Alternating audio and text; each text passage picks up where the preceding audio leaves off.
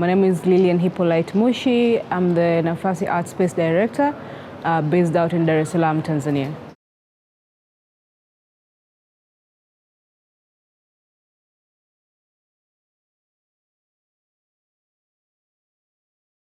Nafasi was established in 2007 by a group of artists and academics and professors who really just needed a space to come together, to create, to kind of just work, to network, because such a space did not exist in Dar es Salaam. So that was informal. And then in 2008, it was formalized and registered as an NGO. And then we went from there. So from that time, then they could apply for funding, they could apply for projects. And organically, really, it grew into a space of recycled containers, shipping containers actually.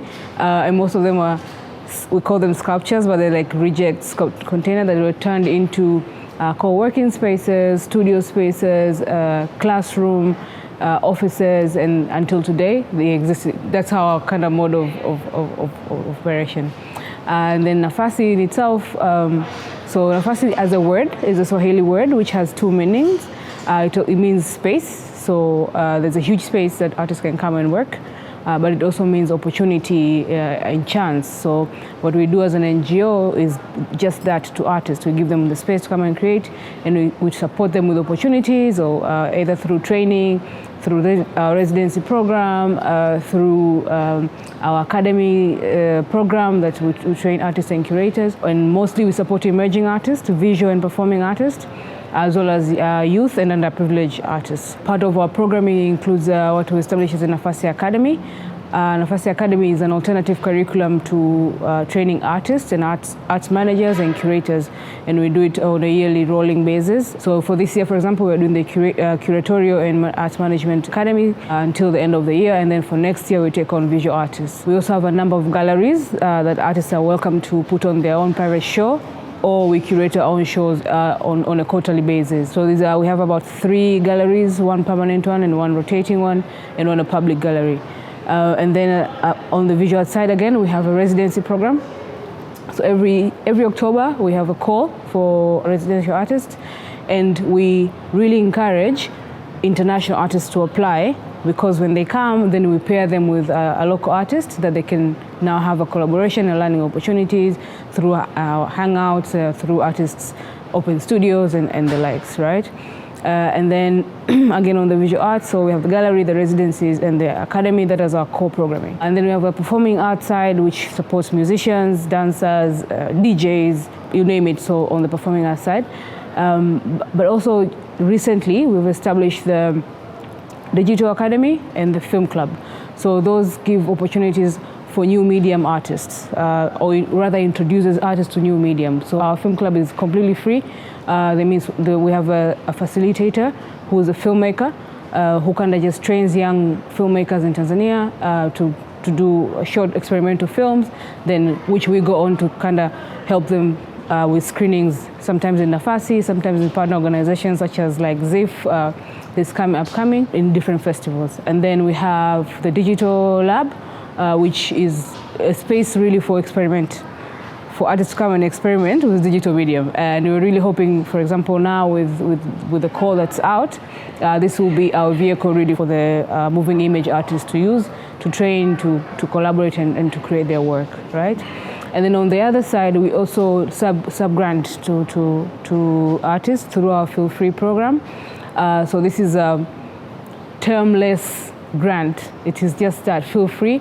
Emerging artists, emerging organizations pitch their project between 3 to 8 months long, and they get funding, they execute. So it's an incubation grant.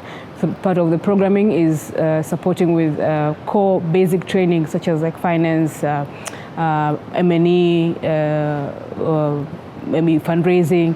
So we have different training throughout the cycle of the grant, and they get to do the projects, and at the end we have a collective exhibition for all of us. Yeah.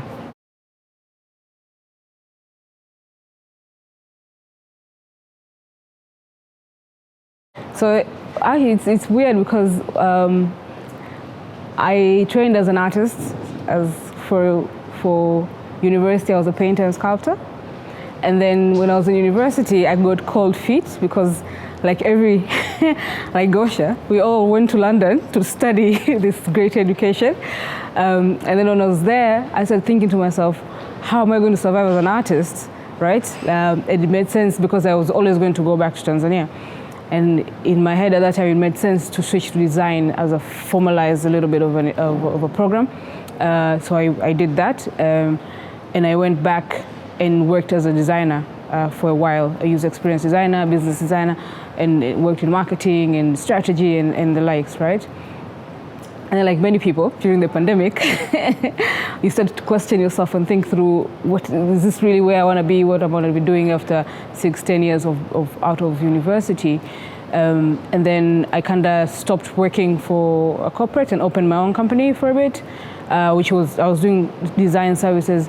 So the funny part is, throughout, even as I was working as a designer, as a marketer, communicator, and so on and so forth, I would always try to pitch to my clients like some sort of an artistic collaboration. So I would call an artist in, trying to conceptualize something with them and invite the client to like hear them out and so on and so forth.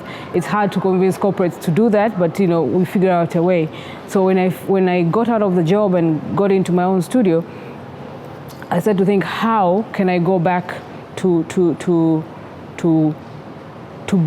art world, to culture, right? I don't practice art professionally as of now. I do it just for myself. But I started to figure out, how can I be of service to the art industry in Tanzania, which is very, very young, right? And coincidentally, the Nafasi role opened up for at that time. And I just kind of went for it. So for me, that was kind of a natural, just falling back into what I always knew best, really. Yeah. Our residency program wants international artists to come to visit, to spend from 6 weeks onwards, sometime in Nafasi, either for research or for a specific project as a visual artist, or for music, for teaching, for curatorial practice, any of that. So we really encourage international artists to apply, because also with the international residents, they fund themselves, right? And part of their funding then helps fund the residency for local artists. Partly it supports their local artists to come. So we really encourage, and we've been getting a lot, like throughout, like we're already booked for the year with international residents. So that's our core place for international exchanges so far. Yeah.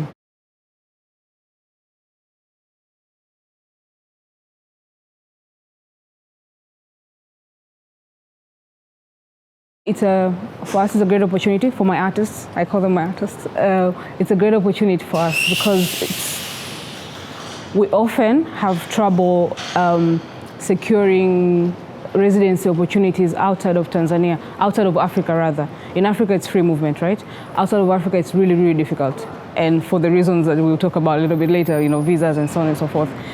So when a project comes specifically to request such an exchange, I am so happy. I'm like really, really, really pleased about it. Like, it makes life easier. It makes the opportunities easier. It also validates that these exchanges are important, right? For artists to grow, for artists to learn, for artists to, you know, to create. These exchanges are really important. And by having such a partnership like with Deconfining, then that gives me so much joy. Yeah.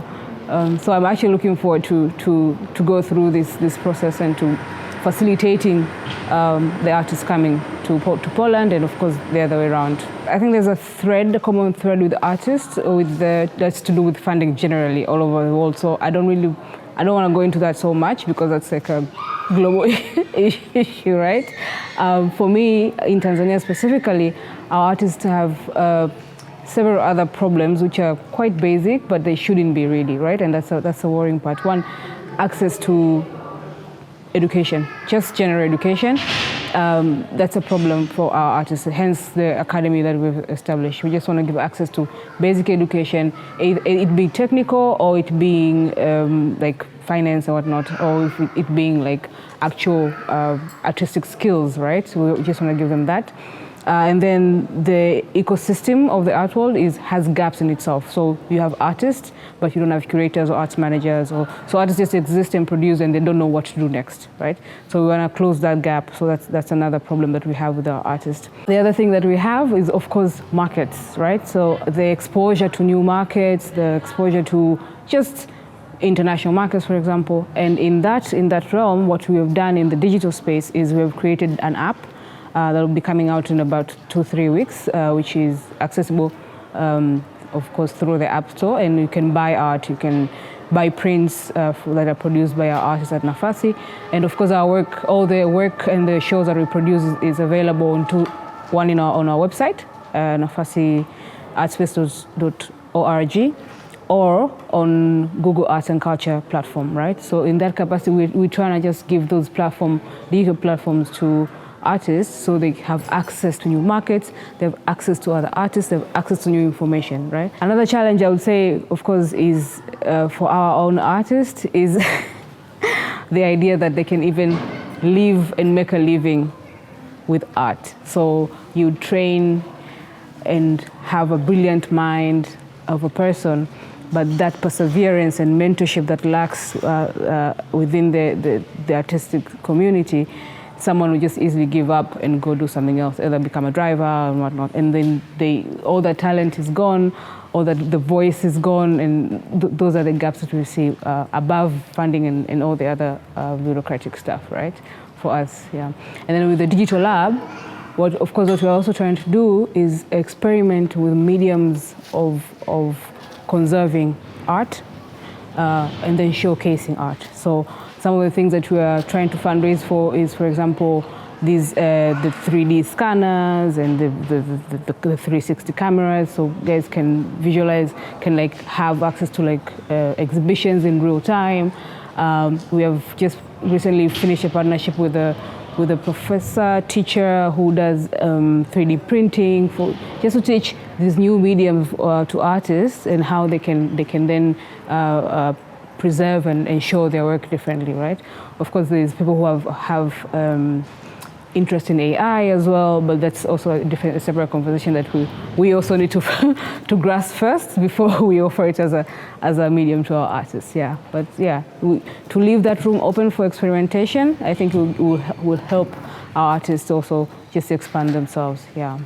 First of all, the Deconfining project will kind of, even for us, this is a process of learning, the same way the digital art was established as an experimental. So I'm looking at this as a process of learning and refining what we have and adding what is missing really, right? So I'm hoping from the engagement with the artists and of course the partners of Deconfining, out of it first comes out the work from the artist, but also a form of framework of how we can also just further our digital lab. Yeah, I'm really hoping for that. Like anything new, there's always uncertainty of whether or not it works, how people receive it as well. It's fantastic to have the space and all this technology, but if the artists themselves don't have interest, which is, my biggest worry is whether or not I will have artists who are interested enough to want to use the spaces, right? So, but hopefully we gain some momentum, especially with the younger ones, the young artists, the upcoming emerging artists, yeah.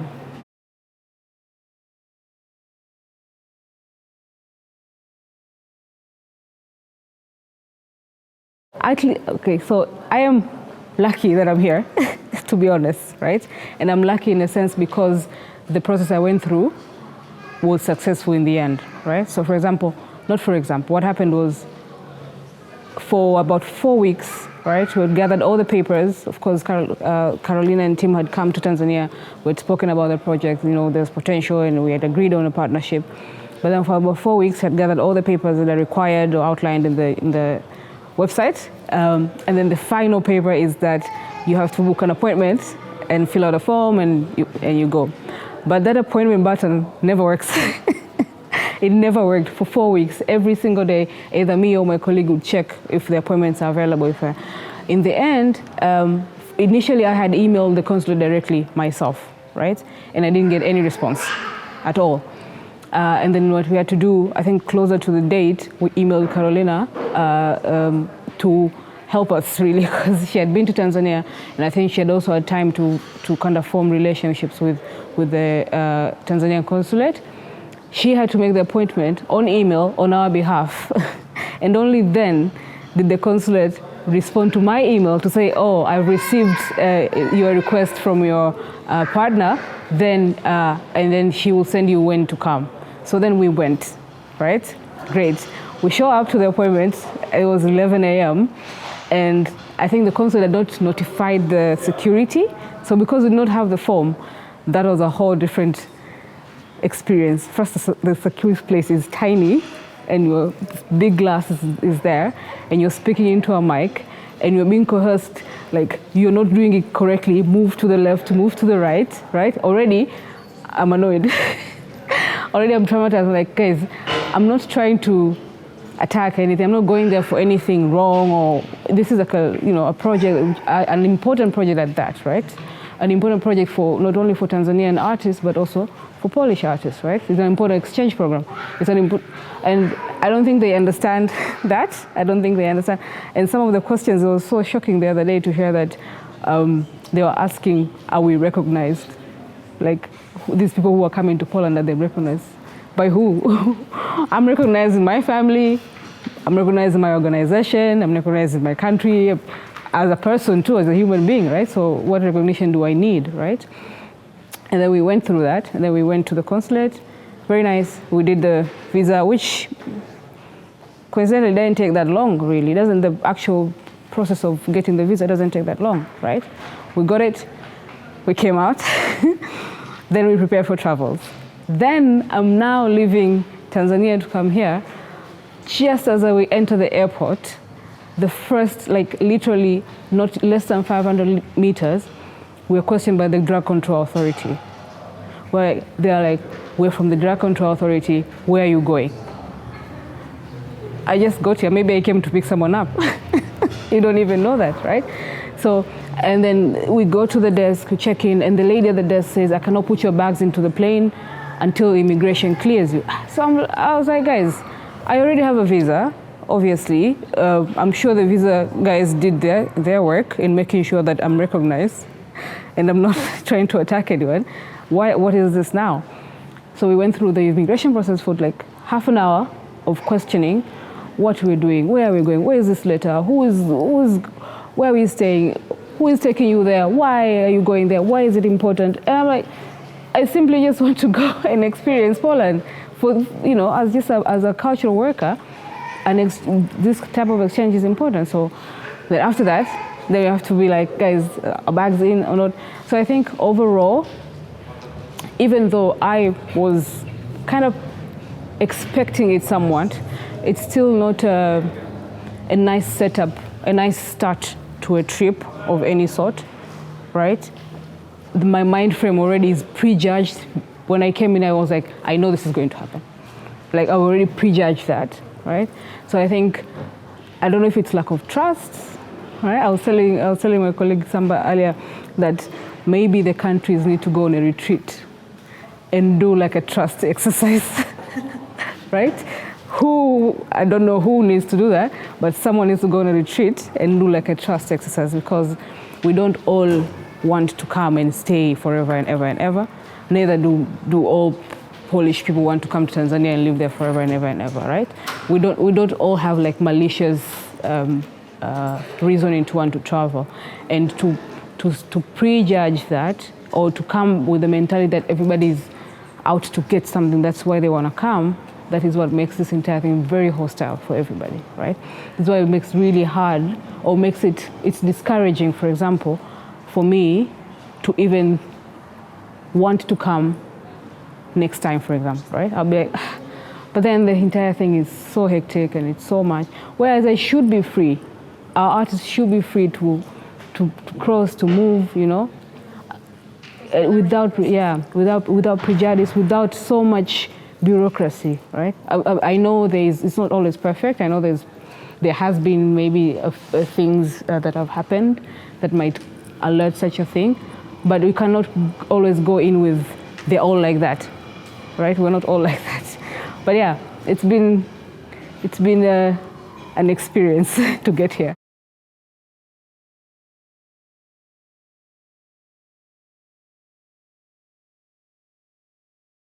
just before we came, we opened an exhibition at Nafasi, and we spent like a week preparing a perfect white wall, 4 walls of pure whiteness to hang our work on the wall, right?